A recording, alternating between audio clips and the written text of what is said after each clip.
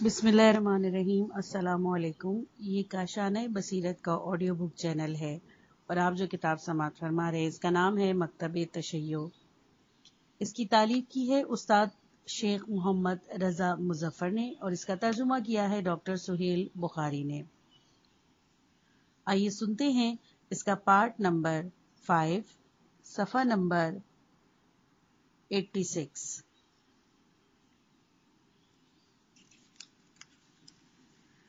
اسی طرح ہم اپنی عقل اور سوچ کی قوت کے وسیلے پر قناعت کر کے اسلام کی درستی اور سچائی کو پالیں گے، کیونکہ ہر اس انسان کے ذہن میں جو آزادی سے سوچتا ہے کسی مذہبی عقیدے کو اپناتے وقت لازمی طور پر سے کچھ شکوک اور سوالات ابھرتے ہیں، لیکن یہودیت اور عیسائیت جیسے پچھلے مذہبوں کی ان کے زمانوں میں سچائی کا سراغ لگانے کو ہمارے لیے قرآن کی گواہی سے پہلے یا اگر ہم اپنے ذہنوں کو اسلام کے عقیدے سے خالی کر لیں تو کوئی بھروسے کی دلیل یا راہ نہیں ہے، اور ہم کسی سے پوچھنے والے کو مطمئن نہیں کر سکتے، کیونکہ یہودیوں اور عیسائیوں کے مذہب کے لیے قرآن کی طرح کوئی جادوانی معجزہ نہیں ہے، اور وہ تھوڑے سے معجزے اور غیر معمولی کام جو ان کے مذہبوں کے ماننے والے اپنے اپنے پیغمبروں سے منسوب کرتے ہیں بھروسے کے لائق نہیں ہیں، کیونکہ وہ لوگ انہی مذہبوں کے ماننے والے ہیں، اسی لیے ان کا دعویٰ انہی کے مذہبوں کے متعلق درست نہیں مانا جا سکتا، اور قدیم پیغمبروں کو یہ موجودہ کتابیں جیسے توریت اور انجیل جو ہمارے ہاتھوں میں ہیں لافانی معجزہ کہلانے کے لائق نہیں ہیں کہ بجائے خود ہی قطعی دلیل بن سکیں اور انہیں اسلام کی طرف سے کسی تصدیق کی ضرورت نہ پڑے۔ ہم مسلمانوں کے لیے پچھلے نبیوں کی گواہی دینا اور جس کا امر کا اعتراف کرنا صحیح ہے وہ یہ ہے کہ جو کچھ اسلام لایا ہے ہم اس پر اعتقاد رکھیں اور اسے قبول کریں۔ اس میں پچھلے نبیوں کی نبوت بھی ہے جس پر ہم پہلے ہی بحث کر چکے ہیں۔ اس بنا پر جو شخص دین اسلام کا ماننے والا ہے وہ عیسائیت اور دوسرے قدیم ادیان کے ان زمانے میں درست ہونے کے بارے میں تحقیق و تحقیق اور بحث و مباحثے کی ضرورت نہیں رکھتا، کیونکہ اسلام کا مان لینا ان کے بھی مان لینے کے برابر ہے، اور اسلام پر ایمان لانا پچھلے نبیوں اور ایمان لانے سے وابستہ ہے۔ چنانچہ کسی مسلمان کے لیے پچھلے مذہبوں اور ان کے معجزوں کے بارے میں تحقیق اور چھان بین کرنا ضروری نہیں ہے، کیونکہ یہ مان لیا گیا ہے کہ وہ مسلمان ہے اور دل میں اسلام پر ایمان رکھنے کے ساتھ ساتھ پچھلی شریعتوں پر بھی ایمان رکھتا ہے، اور واقفیت اور تصدیق کے لیے بس اتنا ہی کافی ہے۔ ہاں، جب کوئی شخص مذہب اسلام کے سچائی کی چھان بین کرتا ہے اور اس کی تحقیق کسی نتیجے تک نہیں پہنچتی تو عقل کی روح سے سچے مذہب کی پہچان کے لیے غور و فکر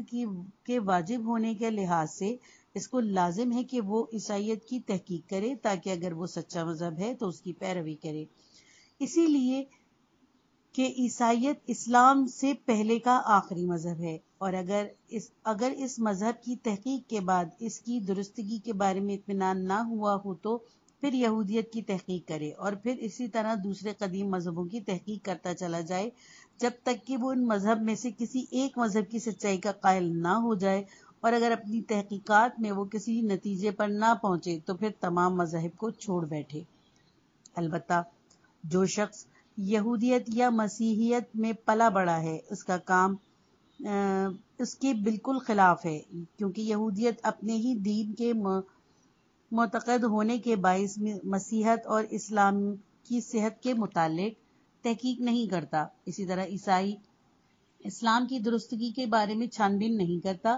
لیکن عقل کی روح سے یہودیوں اور ان کی طرح عیسائیوں پر بھی واجب ہے کہ دین اسلام کی درستی کی تحقیق کریں اور صرف اپنے ہی دین پر قناعت نہ کر بیٹھے، کیونکہ یہودی اور مسیحی اپنے اپنے دین کی خاتمیت کا دعویٰ نہیں کرتے اور نہ کسی ایسے دین کے آنے سے انکاری ہیں جو ان کے دین کو منسوخ کرنے والا ہو۔ حضرت موسیٰ علیہ السلام اور حضرت عیسیٰ علیہ السلام نے بھی یہ نہیں کہا کہ ہمارے بعد کوئی پیغمبر نہیں آئے گا، بلکہ یہ بزرگوار تو اپنے بعد میں آنے والے پیغمبر کے متعلق پیشن گوئیاں کر گئے ہیں۔ ایسی صورت میں یہ کب جائز ہے کہ یہودی اور عیسائی اپنے عقیدے پر مطمئن ہو کر بیٹھ کر رہیں اور اپنے بعد کے دین کے متعلق جیسے یہودیت یا مسیحیت کے متعلق اور مسیحت اور یہودیت اسلام کے متعلق تحقیق کرنے سے پہلے اپنے ہی مذہب سے دل کو وابستہ کر کے بیٹھ رہے ہیں؟ فطرت اور صحت مند عقل کے مطابق انہیں لازم ہے کہ بعد کے مذاہب کے بارے میں بھی کچھ کھوج لگائیں اور سوچ بچار کریں، اگر ان کی درستی ان پر ثابت ہو جائے تو ان کی طرف چلے جائیں، ورنہ اپنے ہی دین کی صحت کے متعلق اطمینان حاصل کر لیں اور اس عقیدے پر قائم رہیں۔ جیسا کہ ہم پہلے کہہ چکے ہیں کہ اسلام پر ایمان لانے کے بعد مسلمان کے لیے مختلف مذاہب کے بارے میں خواہ پچھلے مذاہب ہوں خواہ آنے والے تحقیق اور غور و فکر ضروری نہیں، چونکہ اسلام پچھلے مذہبوں کی بھی تصدیق کرتا ہے، اسی لیے کوئی مسلمان ان مذہبوں کی صحت کی دلیل کیوں تلاش کرے؟ ہر مسلمان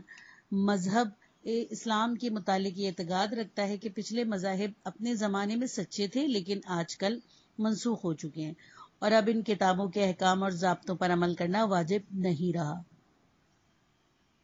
اب رہا آنے والے مذاہب کے بارے میں، تو چونکہ پیغمبر اسلام صلی اللہ علیہ وآلہ وسلم نے فرمایا ہے، میرے بعد کوئی نبی نہیں ہوگا اور آپ ہمارے عقیدے کے مطابق صادق اور امین ہیں۔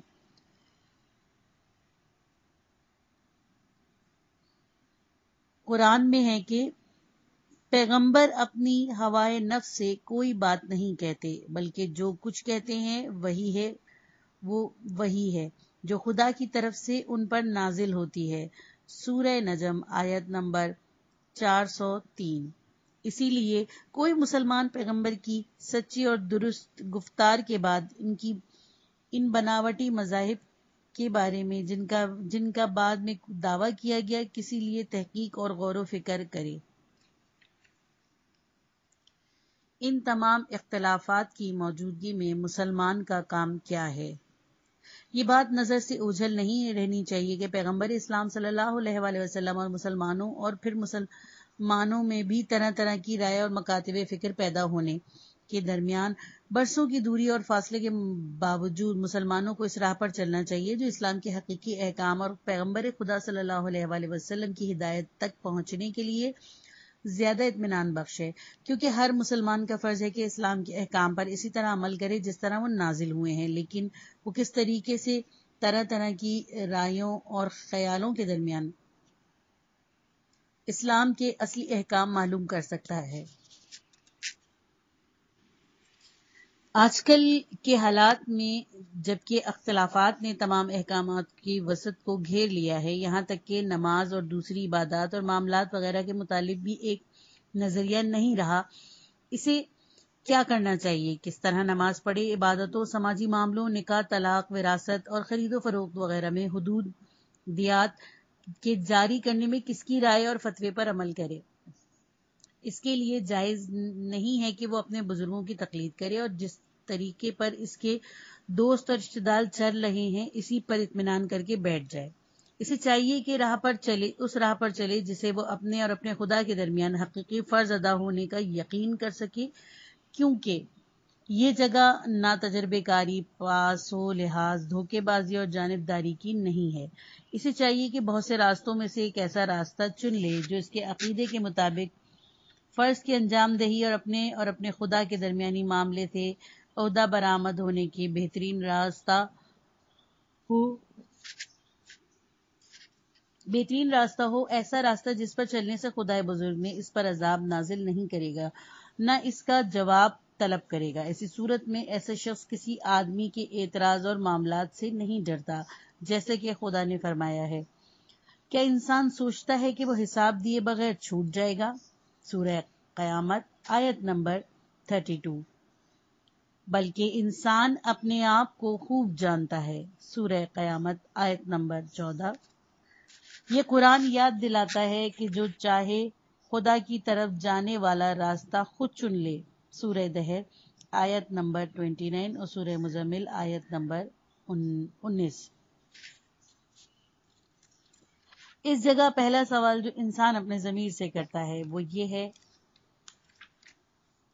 کہ معصوم اور پاک اہل بیت علیہ السلام کا راستہ اختیار کروں یا دوسروں کا؟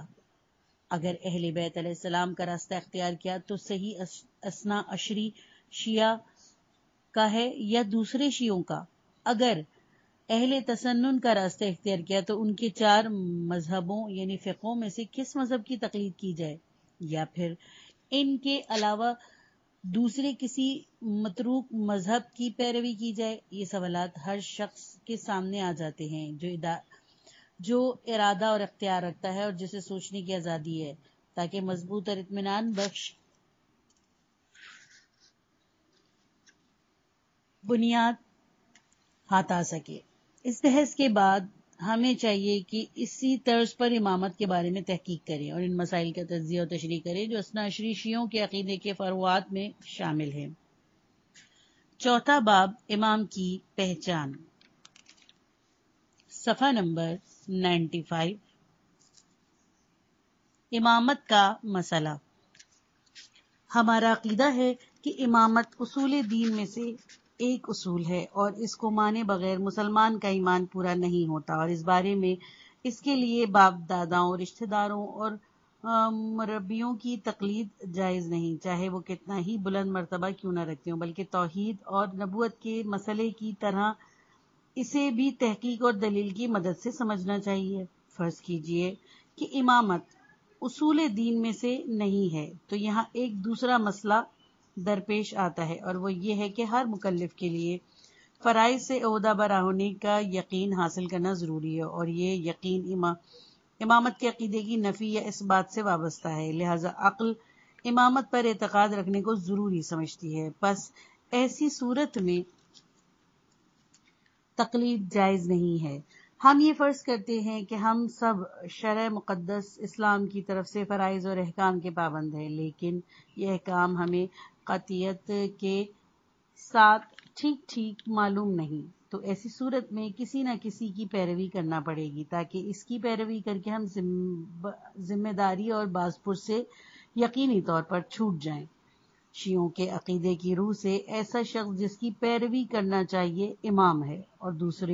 دوسروں کے لیے دوسرا شخص۔ اسی طرح ہمارے عقیدے میں نبوت کی طرح امامت بھی لطف الہی کا ایک مظہر ہے،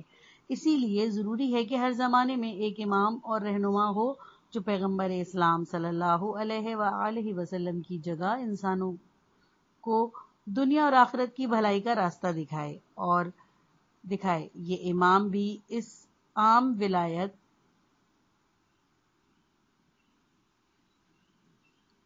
دینوی حکومت کا مالک ہوتا ہے جو حضرت صلی اللہ علیہ وآلہ وسلم لوگوں پر رکھتے تھے، تاکہ وہ اپنا انتظامی طریقے سے قوم کے کام اور پالیسیاں چلائے، انسانوں میں انصاف قائم کرے اور ظلم و ستم کا خاتمہ کرے۔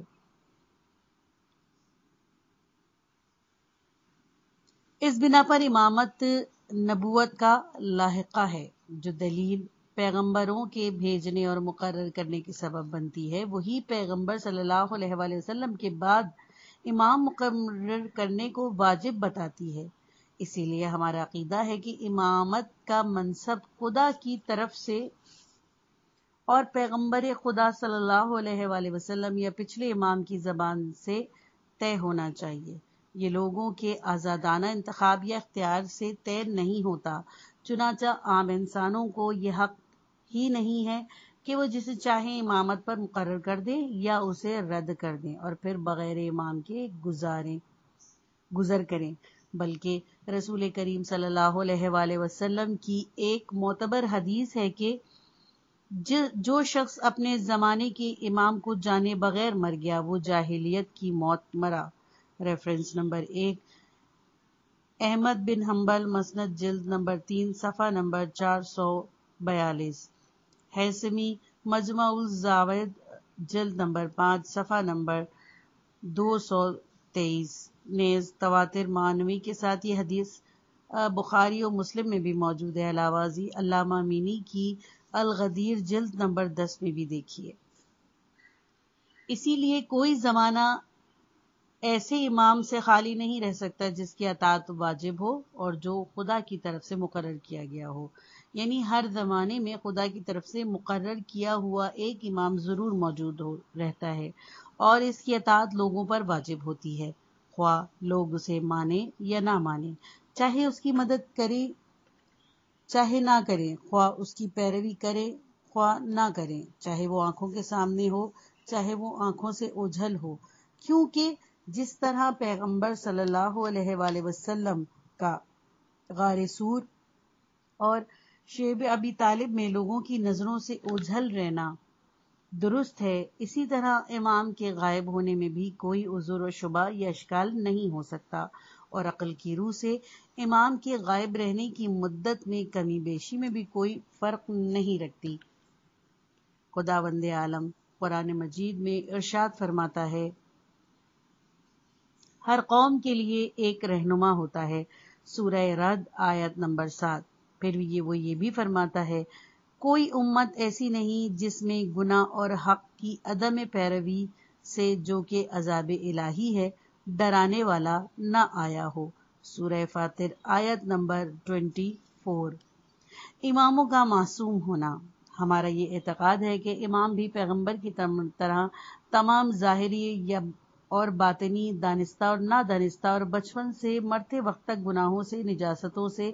پاک اور بری ہوتا ہے، اسی طرح وہ بھول چوک اور غفلت سے بھی محفوظ ہوتا ہے۔ چونکہ امام بھی پیغمبر خدا صلی اللہ علیہ وآلہ وسلم ہی کی طرح دین کی حفاظت کرنے والے،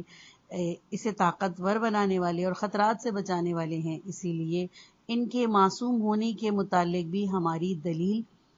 وہی ہے جو پیغمبروں کے معصوم ہونے کے لیے ہے۔ خداوند عالم کی قدرت سے یہ بات دور نہیں کہ وہ تمام خصوصیات جو دنیا والے رکھتے ہیں ایک ہی شخصیت میں جمع کر دے اور اسے تمام خوبیوں کا مجموعہ بنا دے۔ امام کا علم اور صفات۔ ہمارا یہ اعتقاد ہے کہ امام بھی پیغمبر خدا صلی اللہ علیہ وآلہ وسلم کی طرح اخلاقی کمالات اور صفات، مثلا بہادری، بخشش، حفاظت نفس، سچ بولنے، انصاف کرنے، تدبیر کی خوبی، عقل مندی، علم، تواضع میں سب لوگوں سے اونچا ہوتا ہے۔ اس کے لیے بھی ہماری وہی دلیل ہے کہ پیغمبروں میں تمام خوبیاں لازمی طور پر ایک جگہ جمع ہو گئی تھیں، لیکن امام کے علم اور بصیرت سے وہ نکات، سچائیاں اور تمام خدائی معلومات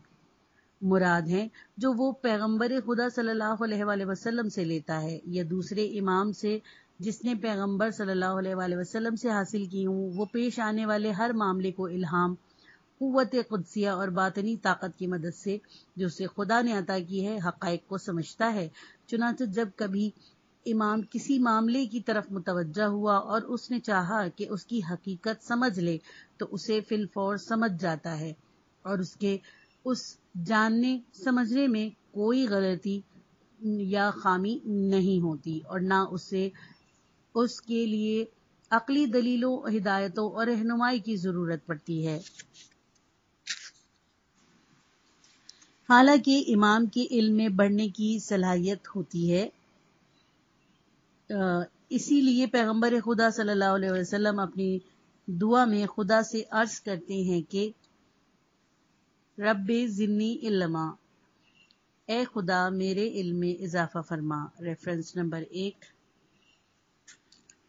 سورہ طٰہٰ آیت نمبر 114۔ اس کی وضاحت یہ ہے کہ نفسیات کی بحثوں سے ثابت ہو چکا ہے کہ ہر انسان کی زندگی میں کچھ معاملات ایسے آتے ہیں جن میں باتوں کا علم صرف اندازے گمان سے ہو جاتا ہے، جو علم کی ایک شاخ اور جز ہے۔ خدا نے یہ پوشیدہ قوت انسان کو عطا کی ہے جو مختلف لوگوں میں ان کی روح کی بناوٹ میں فرق کے حساب سے تیز، سست، زیادہ اور کم ہوتی ہے۔ انسان کے لیے بعض لمحات ایسے ہوتے ہیں جن میں سوچ بچار، دلیل کے سہارے اور دوسروں کی رہنمائی کے بغیر ہی اسے کسی بات کا علم ہو جاتا ہے، اور ہر انسان نے اپنی زندگی میں ایسے لمحات کو بخوبی محسوس کیا ہے۔ جب یہ بات نفسیات کی روح سے ممکن ثابت ہو گئی تو اس کا بھی امکان ہوا کہ انسان اس باطنی قوت کے کمال اور بلند ترین درجے کو بھی پہنچ جائے، جیسے کہ قدیم و جدید فلسفی انسانوں میں اس قوت کا وجود مسلم سمجھتے تھے۔ اس بنا پر ہم کہتے ہیں کہ انسان میں ایسی قوت کا ذاتی طور پر ہونا ممکن ہے۔ اس سے یہ نتیجہ نکلتا ہے کہ امام میں یہ الہامی قوت جیسے قوت قدسیہ کہتے ہیں زیادہ حد تک پائی جاتی تھی. چنانچہ امام اس قدر باطنی صفائی اور پاکیزگی کی وجہ سے اس صلاحیت اور اہلیت کے مالک ہو جاتے ہیں کہ وہ ہر وقت الہام سے معلومات حاصل کر سکتا ہے اور ہر وقت ہر معاملے پر توجہ دے کر اسے سمجھ جاتا ہے. اس پاک الہامی قوت سے جو وہ رکھتا ہے اس معاملے کے متعلق بے تکان کافی علم حاصل کر لیتا ہے اور اس راستے میں کسی دلیل اور رہنما کی تحمیدی بیان کی حاجت نہیں رکھتا، اور ان کے اجسام کی طرح جو آئینے میں صاف نظر آ جاتے ہیں، امام کی پاک روح میں اشیاء کا علم جھلک اٹھتا ہے. اماموں کی سوانح عمریوں کے مطالعے سے یہ بات اس طرح سے ظاہر ہوتی ہے جس طرح پیغمبر خدا صلی اللہ علیہ وآلہ وسلم کی زندگی واقعات سے دوسروں کے مقابلے میں ان کے روحانی اور علمی کمالات معلوم ہوتے ہیں. تاریخ بتاتی ہے کہ اماں اطہار علیہ السلام نے کسی شخص سے تربیت نہیں پائی، نہ کسی استاد سے اور معلم سے سبق پڑھا ہے، اور نہ بچپن سے لے کر بلوغت تک کسی کے پاس لکھنے پڑھنے کے لیے گئے ہیں. تاریخ سے یہ بات بالکل معلوم نہیں ہوتی کہ امام مکتب گئے ہوں یا انہوں نے کسی موقع پر اور کسی لمحے میں کسی استاد کے سامنے زانوئے ادب طے کیا ہو. اس کے باوجود ہم دیکھتے ہیں کہ وہ علم و کمال کے اس درجے پر ہیں کہ جہاں کوئی ان کا ہمسر نہیں ہے. ان سے بھی کبھی کوئی ایسا سوال نہیں کیا گیا جس کا انہوں نے اس وقت جواب نہ دیا ہو، اور کبھی انہوں نے ان کی زبان پر یہ جملہ جاری نہیں ہوا کہ میں نہیں جانتا، اور کبھی انہوں نے سوال کرنے والوں سے یہ نہیں کہا کہ سوچ کر یا کتاب میں دیکھ کر تمہیں جواب دوں گا. کسی سوانح نگار کی ایسی کوئی کتاب پیش نہیں کی جا سکتی جو اسلام کے عالموں اور راویوں اور فقیہوں کا حال تو لکھتی ہے، لیکن ان کی تربیت، تعلیم اور شاگردی کی زمانہ اور مشہور استادوں کا حال، ان کے علم اور روایات حاصل کرنے یا مسائل وغیرہ میں ان کے تامل، شک اور عذر کی کیفیت نہیں لکھتی. یہ ایک فطری طریقہ ہے جس کے مطابق ہر زمانے میں ہر مقام پر انسان زندگی بسر کر رہے ہیں. اماموں کے حکم کی تعمیل کرنا. ہمارا عقیدہ ہے کہ امام اولو الامر کا وہی طبقہ ہے جس کی اطاعت خدا نے قرآن میں واجب قرار دی ہے. بسم اللہ الرحمن الرحیم. یا ایھا الذین آمنوا اطیعوا اللہ واطیعوا الرسول واولی الامر منکم. سورہ نساء آیت نمبر 59. یہ وہ افراد ہیں جو لوگوں کے اعمال کے گواہ ہیں. یہی افراد ہیں جو خدا کی طرف کھلنے والے دروازے اور خدا کی طرف جانے والے راستوں کی نشاندہی کرتے ہیں. یہی لوگ ہیں جو خدائی علم کے دفینے، اس کی وحی بیان کرنے والے، توحید کے ستون اور خدا کی پہچان کے خزانے ہیں. پیغمبر خدا صلی اللہ علیہ وآلہ وسلم کے فرمان کے مطابق یہ افراد دنیا والوں کے لیے وہی حیثیت رکھتے ہیں جو آسمان والوں کے لیے ستاروں کی ہے، اور یہ شیطان سے پناہ اور بچاؤ کا ذریعہ ہیں. پیغمبر خدا صلی اللہ علیہ وآلہ وسلم کے دوسرے قولوں کے مطابق ان کی مثال اس امت میں حضرت نوح علیہ السلام کے سفینے کی سی ہے. جو کوئی اس میں سوار ہوا اس نے نجات پائی، اور جو اس سے پھر گیا وہ گمراہ ہوا اور ڈوب گیا. Reference number 1. یہ حدیث تغیری لفظی کے ساتھ بہت سی کتابوں میں درج ہے. ان میں سے چند ایک یہ ہیں: حاکم مستدرک جلد نمبر 3 صفحہ نمبر 151، مطبوعہ حیدرآباد. ابن ابی الحدید شرح نہج البلاغہ جلد نمبر 1 صفحہ نمبر 218، مطبوعہ مصر نسخہ ابو الفضل. سیوطی جامع الصغیر جلد نمبر 6 صفحہ نمبر 132، مطبوعہ میمنہ مصر. شبلنجی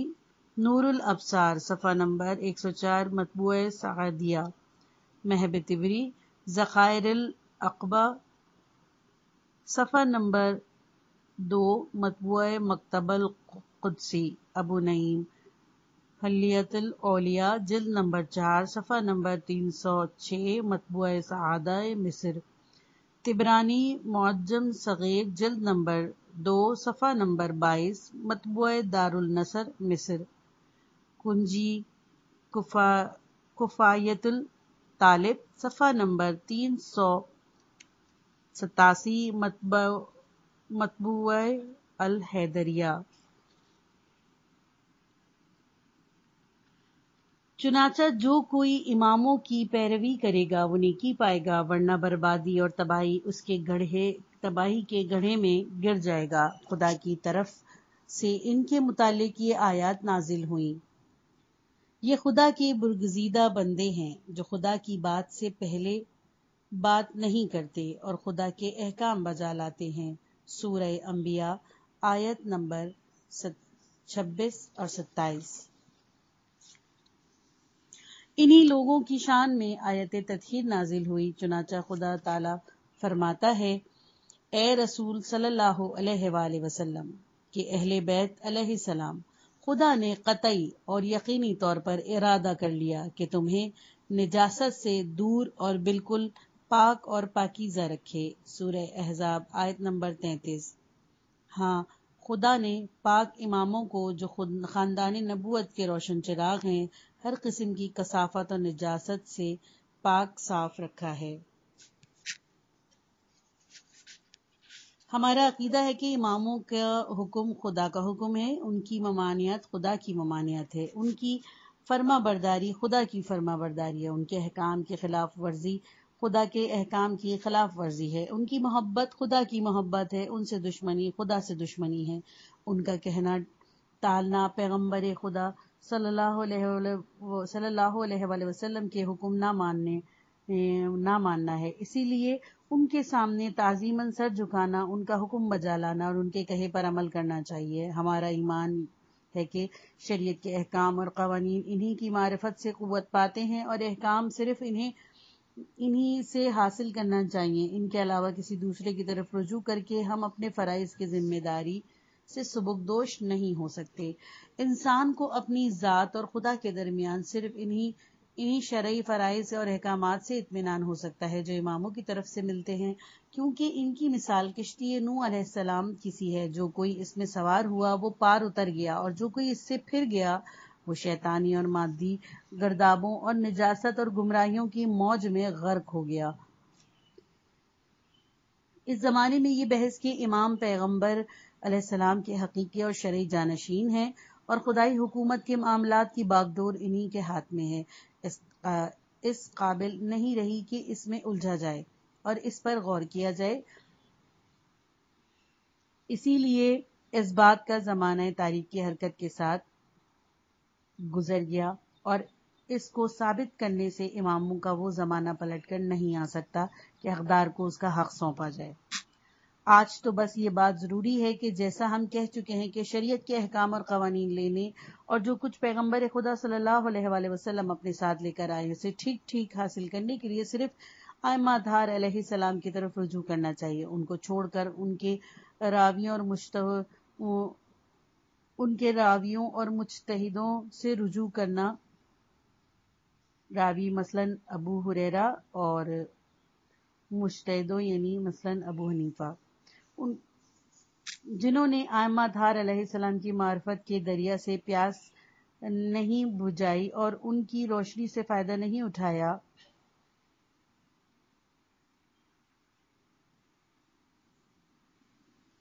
یقیناً صحیح راستے سے بھٹک جانے کے مترادف ہے۔ انسان ایسے راویوں اور مجتہدوں کی پیروی کر کے یہ اطمینان قلب حاصل کبھی نہیں کر سکتا کہ وہ اپنے دینی فرائض کی ذمہ داری اور جواب دہی سے سبکدوش ہو گیا ہے۔ اس کی وجہ یہ ہے کہ احکام شرعی کے متعلق مختلف اسلامی فرقوں اور گروہوں میں قسم قسم کے فتووں اور طرح طرح کے رائیوں کی موجودگی کے مانتے ہوئے اس حد تک کہ ان کے اختلاف میں اتحاد اور موافقت کا کوئی راستہ نہیں ملتا، کوئی ذمہ دار شخص کبھی ایسے مذہب کا انتخاب میں آزاد نہیں ہو سکتا جس پر وہ خود مائل ہو۔ بس اسے چاہیے کہ وہ مسلسل تحقیق اور اپنے خدا کے درمیان کسی خاص مذہب کے انتخاب میں فیصلہ کن دلیل اور خصوصی حجت قائم کرے اور یقین کرے کہ اس مذہب کے انتخاب سے وہ اسلام کے حقیقی احکام تک پہنچ جائے اور فرض کی ذمہ داری اور سے سبکدوش ہو جائے، کیونکہ جس طرح احکام شرعیہ کے وجود کا اندازہ کرنا واجب ہے، اسی طرح ان کی ذمہ داری سے سبکدوش ہونے کا یقین اور اندازہ بھی واجب ہے۔ جیسا کہ اصول فقہ کے عالموں نے کہا ہے، اس بات کا یقین کر لینا کہ ہم شرعی احکام کے ضمن میں جواب دہی کے ذمہ دار ہیں، اس بات کا لازمہ ہے کہ ہم اپنے فرائض اسی طرح بجا لائیں کہ ہمیں ان فرائض سے عہدہ بر ہونے کا یقین ہو جائے۔